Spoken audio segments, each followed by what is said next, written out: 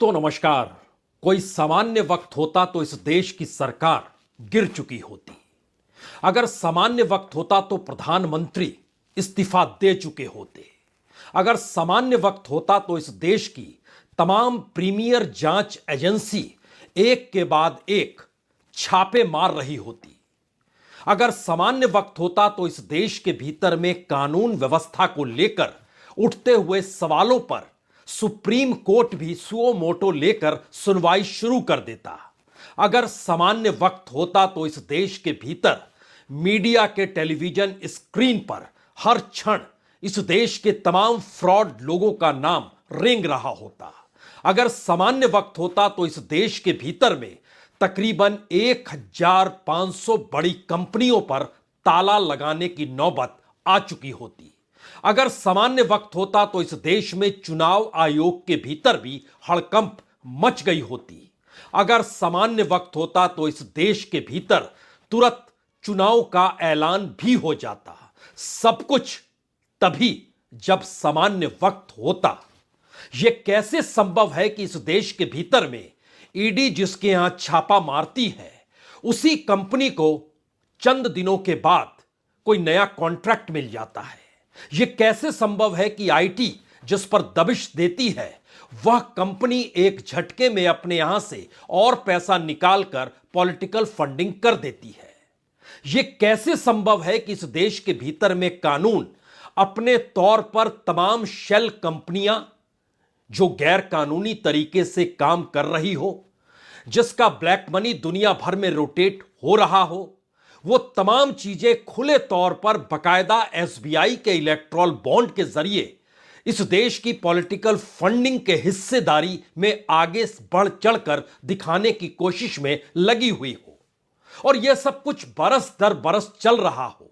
यह कैसे संभव है इस देश के भीतर की इकोनॉमी और उसकी इकोनॉमी के दायरे में इस देश की तमाम पॉलिसी जब पैरालाइज होकर नजर आ रही हो, बावजूद इसके इस देश में हर मिनट 51,000 रुपए से ज्यादा पॉलिटिकल फंडिंग हो रही हो। यह कैसे संभव है हर घंटे 30 लाख रुपए से ज्यादा की पॉलिटिकल फंडिंग इस देश में तमाम वो कंपनियां कर रही हो जिस पर कानूनी तौर पर दबिश हो। यह कैसे संभव है कि हर दिन तकरीबन 7.5 करोड़ रुपए की पॉलिटिकल फंडिंग इस देश के भीतर उन कंपनियों के जरिए हो रही हो जो कि कानूनी तरीके से गैर कानूनी रूप में काम कर रहे हो, और सरकार मदमस्त हो, मीडिया मदमस्त हो, इस दौर में कहीं कोई आवाज आपको सुनाई ना दे और एक झटके में आपके सामने अगर पूरी फहरिस्त आकर खड़ी हो जाए तो आप चौंक जाएं। इस देश के टॉप 5 इलेक्ट्रॉल बॉन्ड खरीदने वालों में से 3 पर ईडी, सीबीआई और आईटी छापा मार चुकी हो। इस देश के टॉप 30 बड़ी कंपनियों में से जो इलेक्ट्रॉल बॉन्ड ले रहे थे, उसमें 14 पर ईडी और आईटी दबिश डाल चुकी हो। इस देश के भीतर में तकरीबन 1300 कंपनियों में से 750 कंपनियां कहीं ना कहीं किसी ना किसी रैकेट के जरिए जुड़ी हुई नजर आ रही हो। यह कैसे संभव है? सब कुछ चल रहा है लोकतंत्र के नाम पर, चुनाव के नाम पर, राजनीति के नाम पर, सत्ता में बने रहने के लिए, और यह पैसा है किसका? इस पैसे के आश्रय किस किस को बंदर बांट किया जाता है? क्या वाकई इस देश में मीडिया के पास जो पैसा सरकारी विज्ञापनों के जरिए जाता है, वो पैसा कहां से आता है? वो पॉलिटिकल फंडिंग कौन करता है? और पॉलिटिकल फंडिंग करने वाला अगर गैर कानूनी तरीके से काम कर रहा है, तो फिर उसके बाद उसकी फंडिंग के आश्रय जिस मीडिया के पास पैसा जाता है या जो भी प्रचार प्रसार इस देश के भीतर में नजर आता है, अगर सब कुछ फ्रॉड है तो मतलब क्या है? क्या लोकतंत्र इतना खोखला है, या इस देश की राजनीतिक सत्ता ने या राजनीति करने वालों ने इस देश को इतना खोखला बना दिया कि सिर्फ और सिर्फ कानून दिखाने भर के लिए है और कानून के आश्रय भी वसूली होगी? यानी फ्रॉड करो और चंदा दो। क्या ऐसी परिस्थिति आ गई है? जिस तरीके से जो जानकारी निकल कर आई वो चौंकाने वाली नहीं है, बल्कि हर दिन रूबरू इस देश का हर आम शख्स हो रहा है। लेकिन बोले कौन? और बोले कोई नहीं। तो इस दौर में जब सुबह से लेकर रात तक सरकार के गुणगान में इस देश का मीडिया लगा हुआ और वो मीडिया सवालों पर खामोशी बरत रहा हो, तब एक सवाल यह भी होगा कि क्या इस तरीके की परिस्थिति में भारत का लोकतंत्र सत्ता और राजनीति के आश्रय बंधक बना लिया गया है? ये सारे ऐसे सवाल हैं जिसका जवाब देगा कौन? क्योंकि एक एक फहरिस्त को अगर आप परखना शुरू कीजिएगा तो पहली जानकारी तो यही आपको लेकर चौंका देगी कि दरअसल जो सच अभी तक सामने आया है वो पूरा सच नहीं है।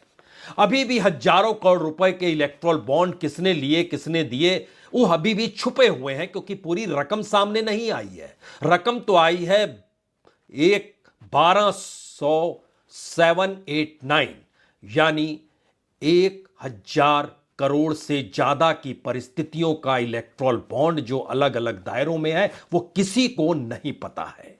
तो क्या राजनीतिक तौर पर इस देश की यह बड़ी हार है? क्योंकि लगभग 3,500 करोड़ रुपए अब भी छुपे हुए हैं। लेकिन सवाल सिर्फ छुपे हुए भर का नहीं है, सवाल तो इस दौर में है जो भी सामने आ गया अगर उन बातों पर इंगित भी करना शुरू करें तो पहले यह समझ लीजिए कि इस देश का पूरा खेल जो इलेक्ट्रॉल बॉन्ड के जरिए था वह 16,518 करोड़ का था। जो सामने आया वो 12,769 करोड़ का है। जो छुपा हुआ है वह 3,749 करोड़ का मामला छुपा हुआ है। और यहां से बात शुरू होती है कि कौन लोग हैं जिन पर ईडी छापा मारती है और अगले दिन वो इलेक्ट्रॉल बॉन्ड खरीद लेते हैं या उनको कोई काम मिल जाता है। मसलन सबसे बड़ी कंपनी इस देश की जो इलेक्ट्रॉल बॉन्ड ले रही थी वह future gaining and hotel service private limited है। 1,368 करोड़ वह देती है, जबकि जुलाई 2019 में ईडी उस पर छापा मारती है, 250 करोड़ से ज्यादा की संपत्ति जब्त करती है। फिर 2 अप्रैल 2022 में फिर छापा मारा जाता है, 400